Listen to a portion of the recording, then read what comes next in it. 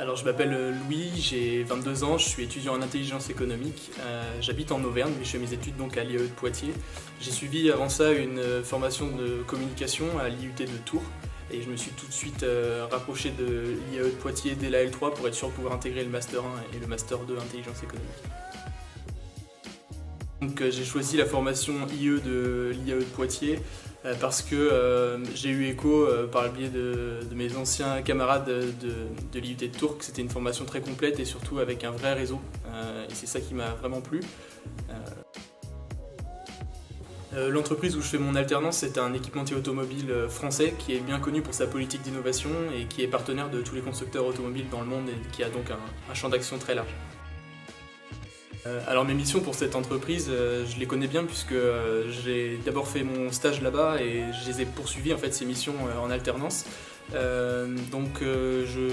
fais de la veille concurrentielle principalement sur un secteur bien précis, sur les systèmes thermiques.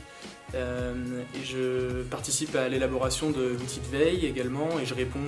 en interne à des études qu'on me demande sur des sujets bien précis. Alors ces bulletins de veille qui sont en fait des rapports de veille, ils sont diffusés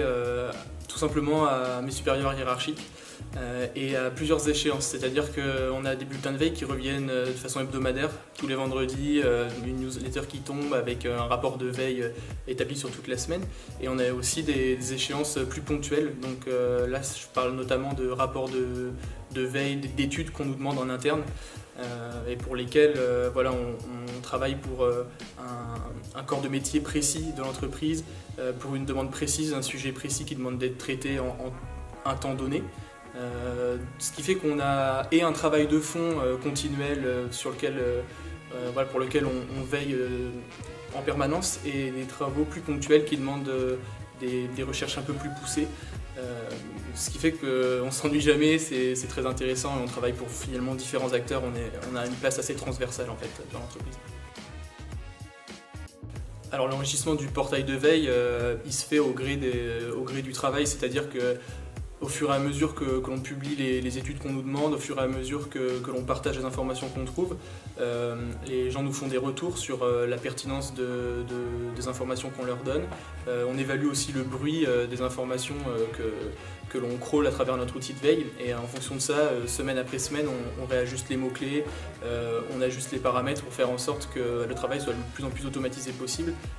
qu'on ait des sources, qu'on ait en tout cas des informations pertinentes qui proviennent de sources fiables. Donc il y a tout un travail en amont de choix de la source qui se fait et ensuite c'est un affinement chaque semaine, un petit peu comme je sais pas, un horloger qui va venir régler sa machine chaque semaine de façon à ce qu'enfin elle tourne parfaitement, à la différence près que en intelligence économique il me semble que la machine elle tourne jamais parfaitement et il faut toujours remettre les mains dans le cambouis pour coller à l'actualité par exemple. Alors c'est vrai que la particularité pour moi dans cette alternance c'est que je veille exclusivement en anglais, donc c'est assez déroutant au début puisque bon, c'est pas ma langue natale, mais on s'y fait vite et on se rend compte que ça a beaucoup d'avantages, notamment le fait de pouvoir chercher de l'information avec une langue qui est complètement universelle. Donc des mots-clés qui sont plus ou moins universels aussi, je dis plus ou moins parce que bon, cette langue est parlée par énormément de gens. Le problème c'est que dans le milieu automobile, tout le monde a un peu ses standards en termes de vocabulaire, en termes de sémantique, donc c'est une vraie difficulté. Par exemple, on a certains concurrents qui utilisent un mot pour définir telle pièce automobile et un autre concurrent qui utilise le même mot mais pour définir une autre pièce automobile. Donc ok, tout le monde parle le même langage, tout le monde parle l'anglais, mais il faut faire attention à ces petites particularités qui font toute la différence en fait dans le paramétrage de l'outil de veille notamment. Mais veiller en anglais, ça a aussi un autre atout parce que ça nous force en fait à aller voir d'autres gens. On s'entoure de personnes qui sont compétentes dans cette langue-là, qui ont pu avoir des expériences à l'étranger et donc qui comprennent des choses que nous on peut ne pas comprendre. Et voilà, c'est un enrichissement personnel, mais c'est aussi une façon d'aller voir d'autres personnes dans l'entreprise, d'autres origines et donc d'aller chercher finalement des informations qu'on n'aurait peut-être pas trouvées si on s'était contenté du français. L'inconvénient c'est que je ne suis pas bilingue, même si je maîtrise bien l'anglais, j'ai toujours besoin de passer du temps sur des outils qui me permettent de comprendre certains textes. Quand je lis des rapports très longs, de concurrents par exemple, j'ai souvent recours à des outils de traduction ou des dictionnaires en ligne en fait, qui me permettent d'aller chercher du vocabulaire qui est parfois très précis, très compliqué, qui a parfois plusieurs sens. Donc il y a quelque part une sorte de temps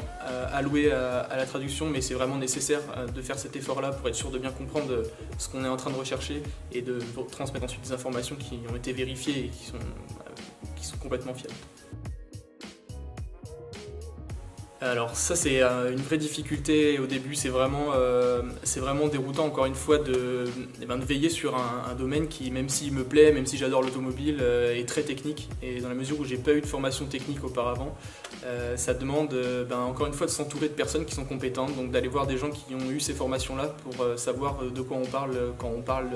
je sais pas, d'un système de climatisation par exemple. C'est plus complexe qu'on ne le pense, et voilà, il suffit pas d'être passionné par l'automobile pour savoir comment fonctionne une automobile,